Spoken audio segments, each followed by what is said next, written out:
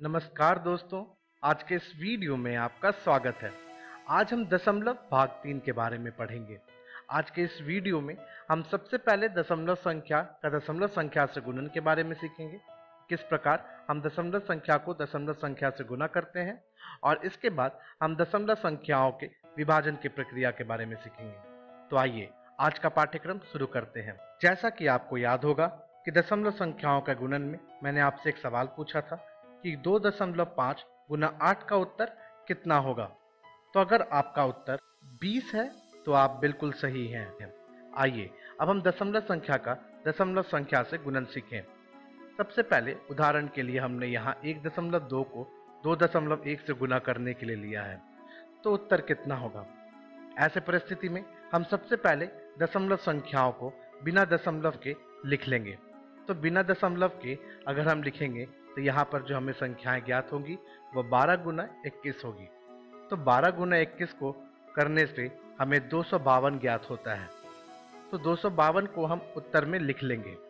तो 1.2 गुने 2.1 के उत्तर में हमने लिख लिया 252। अब हम यह देखेंगे कि दशमलव के बाद दोनों संख्याओं में कितने अंक हैं।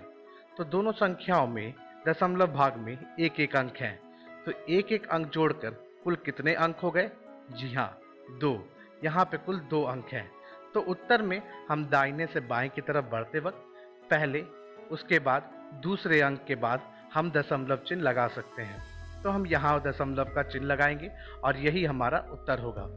तो 1.2 गुना 2.1 का उत्तर हमने ज्ञात कर लिया 2.52। था ना यह बड़ा ही आसान।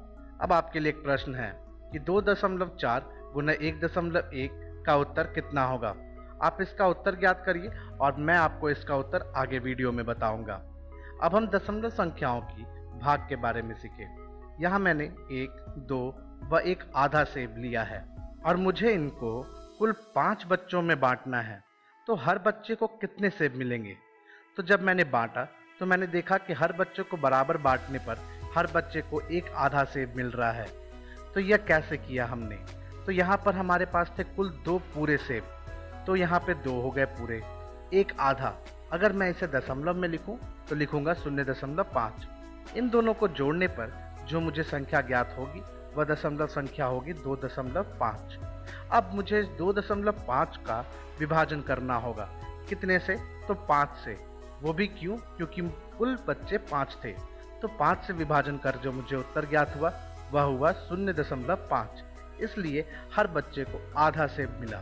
तो इस प्रकार हम दशमलव संख्याओं का अपने प्रतिदिन में विभाजन के रूप में प्रयोग करते हैं। अब हम इनके तरीके सीखते हैं। सबसे पहले हम 10, 100 व 1000 से इनके भाग करने का प्रक्रिया के बारे में सीखें। जैसा कि हमने यहाँ उदाहरण के लिए 5.12 को विभाजन करना है 10 से। तो हम सबसे पहले इस संख्या को इसके स्थान के हिसाब से लिख लेंगे। तो हमने 5.12 को यहाँ लिख लिया।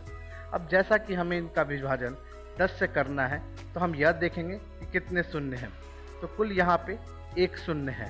तो जैसा कि हम गुना करने पर अंकों को बाएं की तरफ बढ़ाते थे, यहाँ पर हमें अंकों को दाहिने तरफ बढ़ाना है। तो सारे अंकों को हम दाहिने तरफ एक एक स्थान बढ़ा देंगे। तो 5 को एक स्थान दाहिने तरफ कर दिया।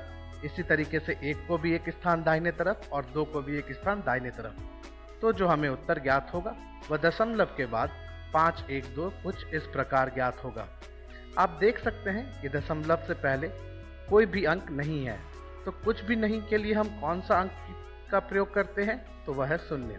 जी हाँ, तो 0 का प्रयोग कर हम बोल सकते हैं कि 5.12 का विभाजन 10 से जो होगा वह होगा 0.512। था ना यह भी आसान। बस यह याद रखना है कि 10, 100 व 1000 से विभाजन के समय हमें अंकों को दाहिने तरफ बढ़ाना है। ठीक इसी प्रकार अगर मैं आपसे पूछूं कि 51.2 का विभाजन 100 से का उत्तर कितना होगा, तो फिर हम सबसे पहले दशमलव संख्या को उसके दशमलव के हिसाब से लिख लेंगे और इसके बाद यह देखेंगे कि 100 में कितने शून्य हैं। तो यहाँ कुल 2 शून्य हैं। तो हम अंकों को 2 स्थान दाहिने की तरफ बढ़ाएंगे। तो 5 को 2 स्थान दाहिने की तरफ बढ़ा दिया। ठीक इसी प्रकार 1 को भी 2 स्थान दाहिने की तरफ बढ़ाएंगे और 2 को भी 2 स्थान दाहिने की तरफ बढ़ाएंगे। इसके बाद हम कह सकते हैं जो उत्तर ज्ञात हुआ वो 0.512 हुआ।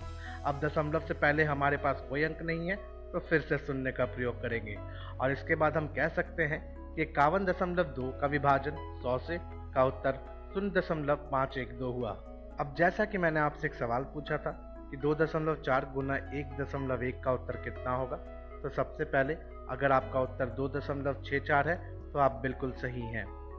आइए अब हम दशमलव संख्या की एक पूर्ण संख्या से भाग करने की प्रक्रिया सीखें। उदाहरण के लिए हमने 52.2 का विभाजन 3 से निकालना है कि यह इसका उत्तर कितना होगा। तो ऐसे परिस्थिति में हम सबसे पहले दिए हुए दशमलव संख्या को भिन्न में बदलते हैं। जैसा कि आपको याद होगा, भिन्न में बदलने के लिए हम दशमलव को हटाते हुए हम अंकों को वैसे का वैसा ही लिख देते हैं और हर भाग में हम एक के बाद उतने शून्य लिखेंगे जितने कि दशमलव के बाद अंक हैं। तो जैसा कि यहाँ पे आप देख सकते हैं कि दशमलव के बाद एक अंक है, तो हम हर भाग में एक के बाद एक ही शून्य देंगे। तो हर भाग में हम 10 लिख देंगे। तो हमारा जो भिन्न होगा वो 522/10 हो गया। अब हम 52.2 के जगह 522/10 लिखेंगे और इसका विभाजन 3 से करेंगे। अब यह एक भिन्न की तरह विभाजन होगा। तो यहाँ पर हम 522 का विभाजन 3 से कर देंगे और फिर प्राप्त हुए उत्तर का विभाजन 10 से करेंगे। तो 522 का विभाजन 3 से करने पर हमें 174 ज्ञात हुआ। अब इसका विभाजन हम 10 से करेंगे तो जो हमें उत्तर ज्ञात होगा वह दशमलव संख्या होगा। और हमें मालूम है कि इसको दशमलव संख्या में बदलने के लिए हमें सबसे पहले 174 का विभाजन करने के लिए हम संख्याओं को उनके अंकों के हिसाब से लिख लेंगे और सारे अंकों को एक स्थान दाहिने तरफ बढ़ा देंगे। तो जो हमारे पास अंक ज्ञात होगा वह 17.4 होगा। तो हम कह सकते हैं कि 52.2 का विभाजन 3 से 17.4 होगा। आइए अब हम दशमलव संख्या की एक दशमलव संख्या से भाग सीखें। यहाँ पर हमने उदाहरण के लिए 2 दशमलव संख्याएं ली हैं। 1.05 का विभाजन 0.7 से करना है।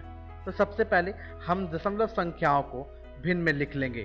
तो इनको भिन्न में बदलने पर हमें जो भिन्न ज्ञात हुआ वह 105/100 हुआ और दूसरा 7 का हुआ 7/10। अब जैसा कि आपको 2 भिन्नों का विभाजन याद होगा कि हम किस तरह पहले भिन्न को ठीक उसी तरह लिख देते थे और उसके बाद विभाजन के चिन्ह को हटा के हम गुणन का चिन्ह लगाते थे और अगले वाले भिन्न को उलट के लिख देते थे। ठीक इसी प्रकार अब हम जो हमारे 10 व 100 या 1000 वाले अंक हैं उनको एक साथ लिखेंगे और बाकी वाले अंकों को एक साथ भिन्न में लिख लेंगे। तो मेरे कहने का मतलब कुछ इस प्रकार है कि 105/7 एक साथ व 10/100 एक साथ।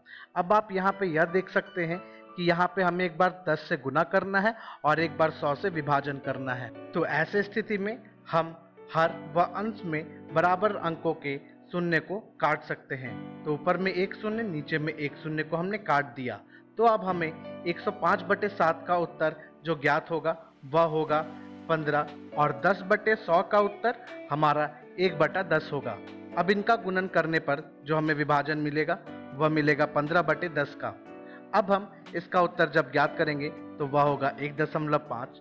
तो हम कह सकते हैं कि 1.05 का विभाजन 0.7 से का उत्तर 1.5 होगा। तो आज के इस वीडियो में हमने सबसे पहले दशमलव संख्या का दशमलव संख्या से गुणन सीखा और इसके बाद हमने दशमलव संख्याओं की भाग की प्रक्रिया के बारे में सीखा। अब अपनी अगली वीडियो में हम परिमेय संख्याएं के बारे में जानेंगे।